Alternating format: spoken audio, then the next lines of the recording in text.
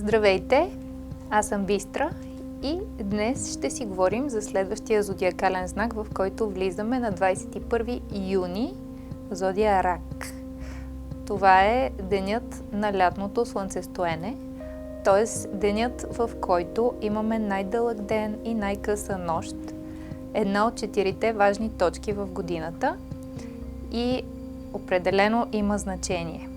Светлината се свързва с съзнанието, докато тъмнината се свързва с несъзнаваното. В този най-дълъг в годината ден имаме възможността да работим съзнателно с моделите, които наблюдаваме. Ние също така имаме възможност и да ги наблюдаваме, тъй като когато сме съзнателни, не сме 100% вътре в ситуацията, а сме леко отстранени и това ни помага да реагираме възможно най-адекватно.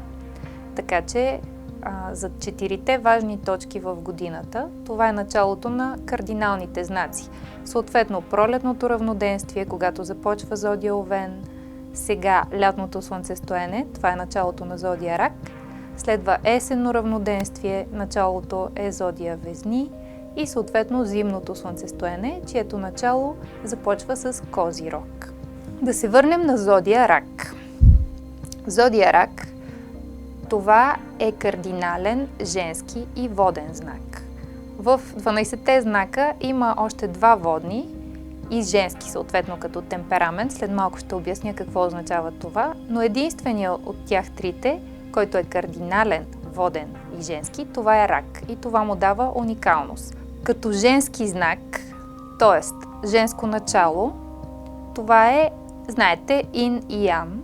Женските знаци, това са водните и земните знаци, означава, че те са по-интровертни, че дават резултат накрая, т.е. ако има последователност от действия, които се извършват, те не се виждат в самия процес, а се вижда готов резултат и му дава една изчаквателност. Мъжките знаци, това са огън и въздух, те са свързани с електричеството, с изразяването отвътре навън, докато при женските знаци, които са свързвани с магнетизма, по-скоро привличаме нещата към себе си. Т.е. изчакваме те да дойдат. Двата принципа, както казах, Ин и Ян. Рака е женски знак, кардинален знак и воден знак. Това, че е воден, му дава също така определени характеристики. По принцип, водните знаци са най-уязвими и им е най-трудно да се адаптират в земен план. Това е така, защото водата се свързва с чувствата, с емоционалния живот, с преживяването и съответно е най-уязвима и ранима. Зодия Рак е изключително чувствителен, раним, уязвим, състрадателен знак, на който е присъща емпатия, грижа за околните и лично отношение. Поради това често се случва поради личното отношение да се обиждат и да се засягат хората с активна луна или зодия Рак в хороскопа. Кардиналните знаци обикновено са водещи и с тях започват нещата. Като кардинален знак, Ракът също ще иска да се движи в някаква посока и да насочи усилията си на някъде. Това не е неподвижен знак, който просто стабилизира. Като кардинален знак, зодия Рак се налага в сферата на отношенията, тъй като това е вода.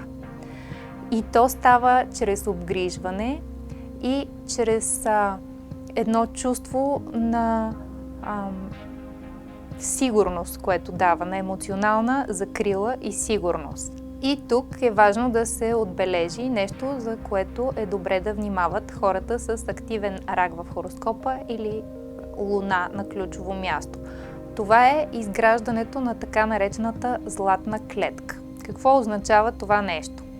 Това означава, поради способността на зодията да създава свят за двама, интимност, лично отношение, може да бъде прекрасно изживяването, но Ракът като знак, управляван от луната, която дава страхове на инстинктивно ниво, има един вграден стремеж към сигурност и към затваряне на ситуацията, защото неизвестното винаги е несигурно и съответно там не трябва да се стъпва. И какво прави зодия Рак? Изгражда златната клетка. Това означава, създава чудесен свят за партньора си и за себе си, но създава и емоционална зависимост, за да може по някакъв начин да контролира ситуацията. И за това стигаме до следния въпрос. Какво да се направи, за да се избегне така наречената златна клетка? И стигаме до духовния принцип на зодията. Тъй като е изключително силен в чувството, в отношението, в личното отношение и в отношенията между хората, т.е.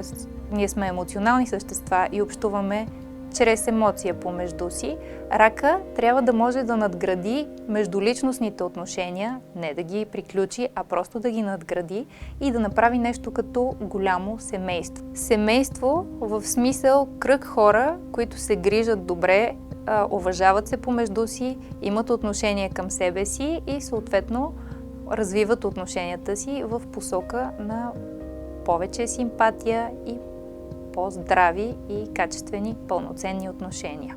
Това, за което е добре да внимава зодия Рак, са няколко неща, които по един естествен, подсъзнателен, защото Рака е изключително свързан с подсъзнанието, по един естествен начин може да направи. Едното е да внимава в отношенията си, да не отиде твърде много да си стои вкъщи, домакиня или домакин, няма значение, мъжете също обичат да си стоят вкъщи, ако са характерни, винаги това го повтарям, или в кариеризъм. Твърде много внимание насочено в работата, което по принцип компенсира нещо друго, но да се търси баланса между тези две сфери, между лични отношения и работа. Това го има като риск при зодия Рак, особено ако е на първи, седми дом, на асцендент, десцендент, тъй като и всички хора с асцендент Рак ги касае това, което говоря. Втората тема, която е хубаво да обърне внимание зодията, тъй като Рака е свързан с четвърти дом и с семейството, и с дома, като символи, като принципи, много свързан с корените, обича история, свързан е с миналото, затова и с подсъзнанието. Най-ниската точка на хороскопа, четвърти дом, е зодия Рак, по принцип, ако не знаете вашия част. Съответно, е ценно, когато си толкова свързан с семейството и дома си и корените си, да се отделиш от тях. Тъй като при много от родените под тази зодия или с активни планети в зодия Рак, това е проблем. Позволяват на родата, на семейството да се бъркат в личните им отношения. Горещо препоръчвам на всички, които се чувстват зодия Рак и характерни от това, да се отделят, за да могат да създадат свое собствено семейство, което е толкова важно за тях. Така се изгражда самостоятелност и съответно по-голяма увереност в себе си. За Рака е изключително важно къде се намира, т.е. каква е атмосферата, какви хора има около него, за да може той да бъде спокоен. Затова е важно хората с такава активна зодия, Рак в хороскопа, да преценяват първо с какви хора се заобикалят, второ в каква среда се намират и трето, което е най-важното всъщност, да могат да създадат с това дълбоко чувство, което имат в себе си, своя вътрешен свят така, че той да дава на останалите. Да изградят вътре в себе си тази дълбочина, този покой, който им е необходим, за да чувстват сигурност и да я дават на останалите, тъй като те са изключително уютни и са, когато се отворят, разбира се, са изключително грижовни и невероятни. Да не забравяме също така, че като воден знак, като всеки един от водните знаци, Рака носи едно вълшебство в себе си, може да създаде магия, може да създаде различна реалност, в която другия да се почувства невероятно добре. И две думи за Луната, която е наистина изключително свързана с този знак.